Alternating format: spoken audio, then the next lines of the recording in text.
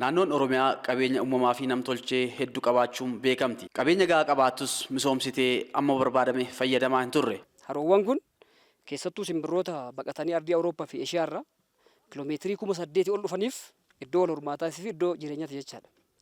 Simbirroonni gosaan 310 ta'an qorannaa adda baanii jiranii isaan kana keessaa 6 immoo biyya keenya keessa warra argamanidha. Kanaaf iddoon kun jiraachuu simbirroota baddaa kanaatiif bakka guddaa qaba jechaadha. Turizimiin baddaa kanaa daran kan guddataa jiru keessattuu qomaa bishaanii baddaa kana jiruu fi simbirroota wal qabatee waan jiru jechaadha. Baddaa kana keessatti keessattuu jeedala fardaa argannaa. Jeedalli fardaa biyya keenya keessatti warra argaman keessaa ishee tokkodha jechuudha.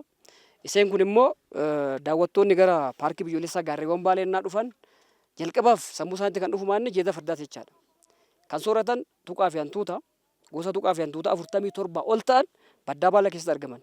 Isaan kun immoo naannoo kanatti jiraachuu isaaniitiif baddaan kun isaaniif iddoo murteessaadha jechaadha. Kanaaf baddaan Baalee kun akka salphaatti waan waamamee dhumu waan hin taaneef daawwattoonni naannoo kana dhufan qabeenya amma tuqne afran kana haala teessuma lafaa, biqiloota, bineensotaa fi qaama bishaaniitiin wal qabatee wanni jiru akka isaan hawwatan godhee jira jechaadha. Gosa bineensotaa baay'inaan yeroo tokkotti garee baay'een kan argatan gadamsa gammoojjiiti. Inni lammaffaa ammarreessaa, karkarroodha. Waraabessi usullee guyyaan hin argama jechuudha keessatti. Jeedala bakka maraa fi kan kana fakkaatan jaldeessi illee jira. Gosa simbirroodhanii keessaa immoo sololiyaan argama, simbira masqalaa, simbira cuquliisa kan jedhamtu faanti hin argamanii kana muraasa maqaadha. Inni biraa gara mukkeenitti yoo deebinu mukkeen garaagaraatu as keessatti argama. Mukkeen kunniin mukkeen gammoojjiiti. Mukkeen gaggabaabootu as keessatti argama. Isaan keessaa akka paarkiin kun keessatti argamutti ka'umsiisaa jechuudha. Aanaa Doddotaa jedhama. Magaalaa dheeratti kan dhiyaatee jiru. Aanaan Doddotaa kun moggaasa maqaa isaa kan irraa argatte muka Doddota jedhamudha. Mukni sun baay'inaan as keessatti jiru. Qabeenyi kun misoomee sirnaan yoo hojiirra oole biyyattii beeksisuu bira darbee madda dinagdee guddaa ta'uu danda'a. Mootummaan naannoo Oromiyaa maddaawwan tuurizimii adda baasuun misoomsee hojiif oolchuuf xiyyeeffannoon irratti hojjechaa jira. Qabeenya tuurizimiin tokko guddachuudhaaf tokko qabeenya tuurizimii barbaachisa. Qabeenya biratti qaqqabummaa barbaachisa. Kan akka daandii iddoo kanatti tajaajila kennamu guddisuu barbaachisa. Kanaaf nuyi akka naannoo Oromiyaatti qabeenya guddaa qabna. Garuu misoomsuudhaan wal qabatee qaqqabummaadhaan wal qabatee daandiidhaan wal qabatee waggaa hedduudhaaf odoo ittiin fayyadamin turre. Amma garuu xiyyeeffannoo mootummaan seektara kanaaf utubaalee diinagdee 5 keessaa tokko jedhee fudhatee fi mootummaan hojii guddaa hojjechaa jira jechuudha. Fakkeenyaaf daandiin hojjechaa jira. Akka Baaleettoo fudhanne qaqqabummaadhaan wal qabatee karaa xayyaaraa qaqqabummaan hin jira. Daandiin hojjetamaa jira. Amma fakkeenyaaf paarkii gaarreen Baalee yoo fudhanne daandiin hojjetamaa jira. Iddoon tajaajilli turistiidhaaf itti kennamu kanneen akka reestooraantii, hoteelaa, loojiillee hojjetamaa jira. Mootummaan xiyyeeffannoo guddaadhaan kan silaa dhaabbileen dhuunfaallee hojjechuu qaban sadarkaa hoteelaa fi loojii hojjechuullee hojjetee akka fakkeenyatti abbootii qabeenyaa dhuunfatti agarsiisutti hojjechaa jira jechuudha. Iddoowwan ga'umsa tuurizimii kana tuuristoonni dhufanii akka daawwatan gochuudhaaf jalqaba hojiiwwan bu'uuraalee misoomaa tuurizimii irratti xiyyeeffatan gahee guddaa qabu jechuudha. Amma haala qabatamaa naannoo keenyaatiin keessumaa kibba Oromiyaa kanarratti yoo kan laallu taate wantoonni asirratti hojjetamaa jiranii tuuristoonni akka isaan dhufaniidhaaf baay'inni yaa'insi tuuristii naannoo kanarratti illee akka dabaluuf carraa guddaa kan uume ta'uu isaati jechuudha. Maaliif naannoo kanarratti amma kanaan dura misoomni daandii akka kanatti gaggeeffamaa hin jiru. Kana bira kan darbe immoo bu'uuraalee misooma bal'aanis gaggeeffamaa jiru jechuudha. Inni kun immoo tuuristoonni akka dhufaniif carraa guddaa kan dabale ta'uu isaati ammayyuu jijjiirama guddaatu jira jechuudha. Fakkeenyaaf erga saayitii yuuneeskoo ta'eetii hambaa addunyaa ta'ee galmaa'een boodaa fi dura irratti garaagarummaa guddaatu jira jechuudha. Maaliif akka beekamuuf carraa guddaa waan baneef jechuudha. Wanni inni dabalu wanni biraa jiraachuu baatus yuuneeskootti galmaa'uun akka beekamuuf carraa guddaa banaa jechuudha. Bakkeewwan ga'umsa tuurizimii kunniin tajaajila turistoota biyya keessaa fi biyya alaatiif akka kennaniif hojjetamaa jira. Muuxannoowwan iddoo ga'umsa tuuristii naannoo Oromiyaa keessatti gurguddoon misooman kan akka Wancii yoo fudhannee, kan akka Holqa Soofumar yoo fudhannee, kan akka Beenuunaa kana yoo fudhannee akkasumas bakkeewwan biroon misooma gurguddaadhaan muuxannoo ta'an kan ka'umsi isaanii inni guddaan hojiiwwan misooma gabaa yookaan immoo hojii piroomooshinii akkanaa kanatu akka inni mootummaan xiyyeeffannoo guddaa itti kennee iddoowwan ga'umsa tuuristii naannoo keenyaa kana bal'inaan akka isaan misoomanii fi kallattii agarsiisaa ture jechaadha.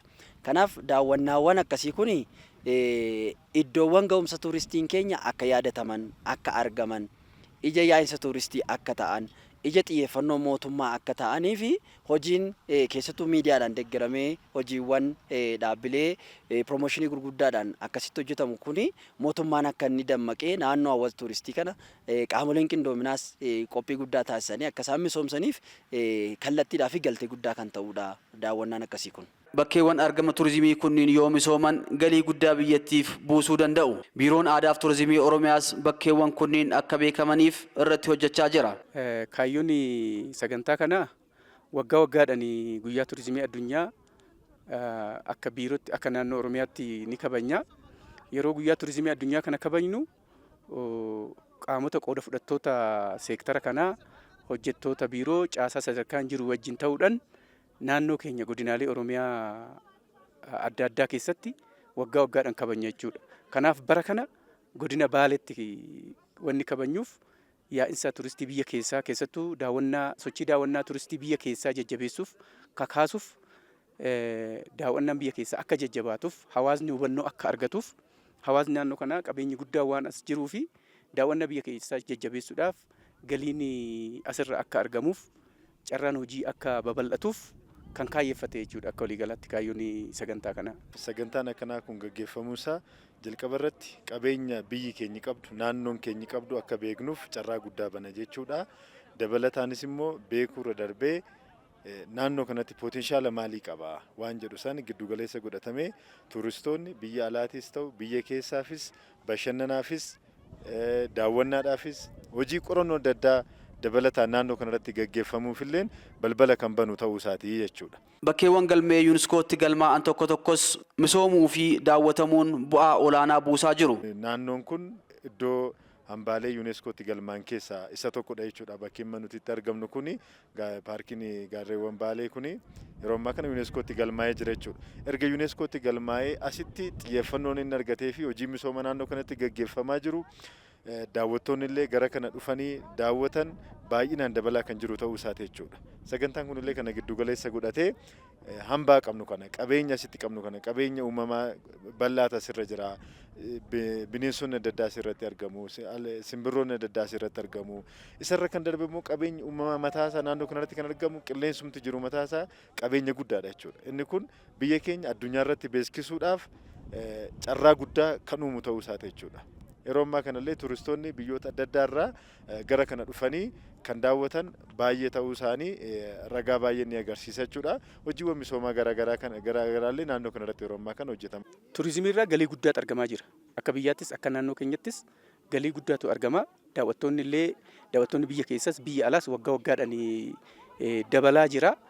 Egaa xiyyeeffannoon seektara kanaa kenname as immoo kana dura rakkoon iddoo misooma turizimii misoomsuu ture.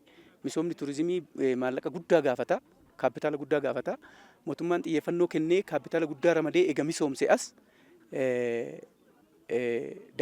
daawwattoonni biyya keessaallee biyya alaallee sirriitti dabalanii jechuudha. Akkuma biyyaattuu daawwattoonni biyya alaa miliyoona tokkoon guunnetu biyya kana daawwata. Amma garuu dachaa dabalaa jira jechuudha. Naannoo keenyallee haala. Xiyyeeffannoo misooma turizimiitiif kennamaa jiru guddina dinagdee damdanees uumuuf hojjetamaa jiru keessatti shoora olaanaa qaba. Qabeenyi Oromiyaan qabdu sadarkaa idila addunyaattis baay'ee murteessoodhaa fi gurguddoodha. Biyya kanaafis carraa hojii guddaa kan uuman dargaggootaaf iddoo ga'umsa tuuristii biyya keenyaa maqaa gaarii fuula gaarii biyya keenyaa kana kaasuudhaaf baay'ee gurguddaadha. Kanaaf fuula duraaf kan ta'uu qabu jedhee ani yaadu tokkoffaan mootummaan iddoowwan ga'umsa tuuristii kanatti bu'uuraalee misoomaa babal'isuu barbaachisa. Akkuma beektu rakkoon keenya inni guddaan rakkoo qabeenya dhabuu odoo hin ta'in rakkoo qabeenya warra iddoowwan ga'umsa tuuristii dhabuu miti. Baay'ee jira. Garuu rakkoon isaa inni guddaan rakkoo bu'uuraalee misoomaati. Rakkoo bu'uuraalee misoomaa kana immoo hojiiwwan akkasii kana hojjetanii dhaabbileen qooda fudhattoota hundumtuu irratti xiyyeeffatanii sektoraaleen dhimmi kun ilaallatullee hojii kooti jedhanii akka isaan bu'uuraalee misoomaa babal'isaniif isa kana Oromiyaa keessatti wanti guddaan utuu kun ta'ee jedhee yaadus bu'uuraalee misoomaati.